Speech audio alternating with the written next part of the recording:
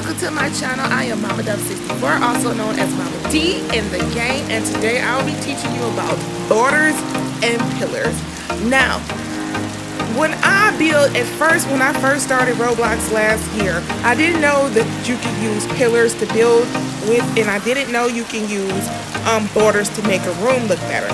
So all my builds used to just be plain walls. That's what I was used to. So, you know, it took me a while to actually realize there's so much more you can do, and you can make a build look so much cleaner if you use certain things. For example, let's try this out, and I'm going to show you about this build.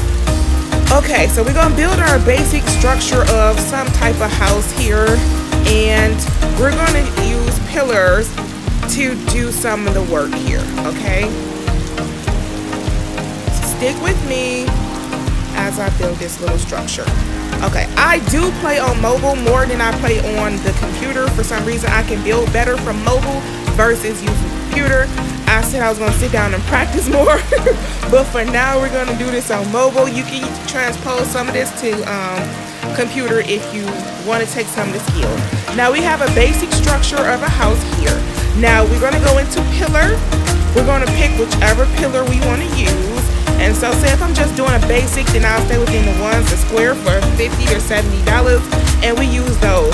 Now, if you don't have advanced placement, you will have to put a pillar down first before you put your wall in. If you have advanced placement, like I have it already, so let's go over here and I'll show you where advanced placement will allow you to be able to sit things inside of each other. Without advanced placement, the only way to put a pillar down is to put the pillar down first, okay? So we're going to put this pillar at the end of this wall here, and at the end of this wall here, and we're going to put one right here. Now, you might just say, why use a pillar? Now, if we put a pillar right here on this square, we can actually use this to make a little awning, which will give your house a different look than what you already see. Now, once you use the pillar here, let's go up one level. And you can see how it looks from the top. Now we're going to go back down, and I'll show you how you can use roof and pillars together, okay? So we go down, we go into roof, we pick a roof that we like. So let's say we go with a flat roof, okay? Now we're going to hit manual, and we're going to manually put the roof in, and we're going to make a little awning here. So we come here, we move our mouse here or our finger, and we put a roof here.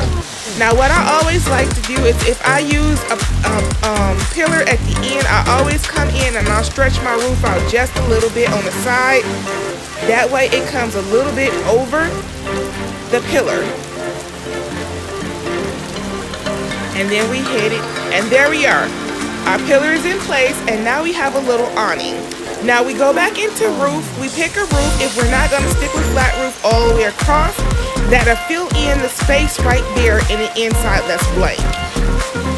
So let's go with Mansard. Let's try that one. Now, there's two ways you can do this. You can either go into the center and put it in like that, or you can always come on the outside of the house and put it on the outside, and it'll automatically adjust to the inside. Okay? Now, we have that roof that sits like this. Wow, that looks kind of weird. It does, but see, as you build, you learn how to fit things together and make things look beautiful together. Now we have this little awning, and we have our pillars. Now from the outside, you just see it and you're like, okay, but wait, it's not done yet. It's still a blank canvas. So let's go into wall trim, and we can pick out a wall trim that would go on the outside of the house as well as the inside. So let's go with the short rail molding. We'll hit it right here on the front. We'll hit it on the sides. We'll put a little on right here on the inner part, and we'll come around the whole outside of this structure. Now, it may just look weird from seeing it now because it's still pretty much a blank canvas. The one thing I didn't know when I first started building is that you can layer wall trim. So no one told me, and I had to figure it out myself by trial and error, but I'm gonna let you in on a secret.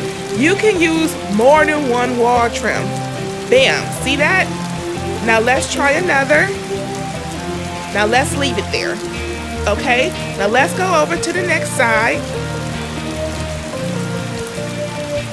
When you add wall trim to the bottom of the outside of a house, it gives it a more foundational look, and so it looks like it's built like a real life foundation house. Now, once we have that done, we can go in and we can change the color and texture. So I want to add in color and texture to this video as well, because that is so important when you build a structure.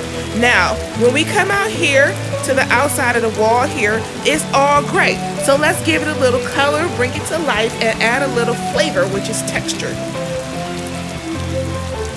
So we're going to pick this color, yellowish color. And for texture wise, we're going to scroll through and find something that we think would look really nice on the outside. Let's go with this one. Ooh, I like that. Okay, so let's go to the next wall. Everything does not have to be so uniform that it looks like it's just manufactured. So give it a little flavor. Just think of what you like and add it.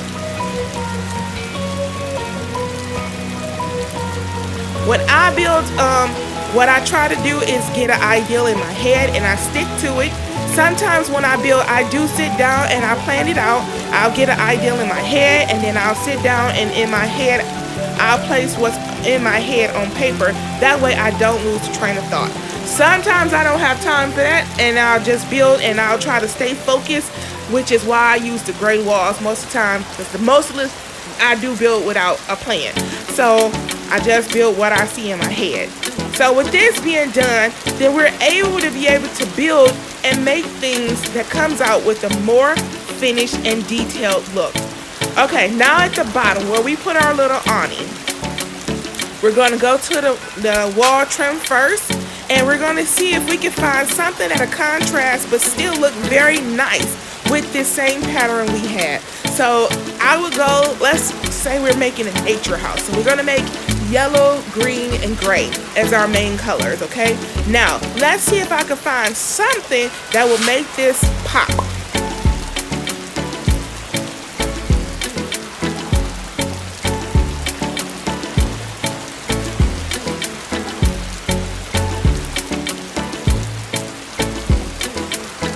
As we build and we figure out what colors we want to see, then we become more able to imagine things as we go.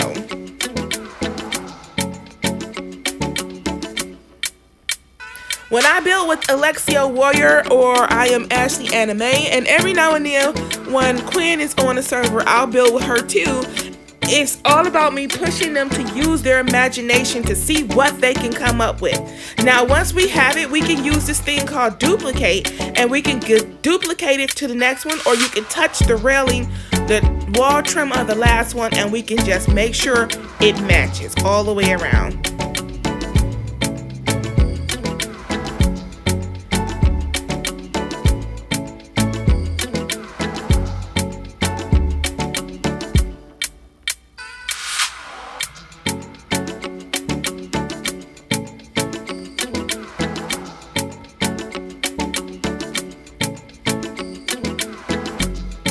Okay, once we got it all the way around, we can either leave the last wall trim the way it is, or we can color that too. And for the sake of this video, I'm going to leave it like it is because I actually like it. It gives it a little more color.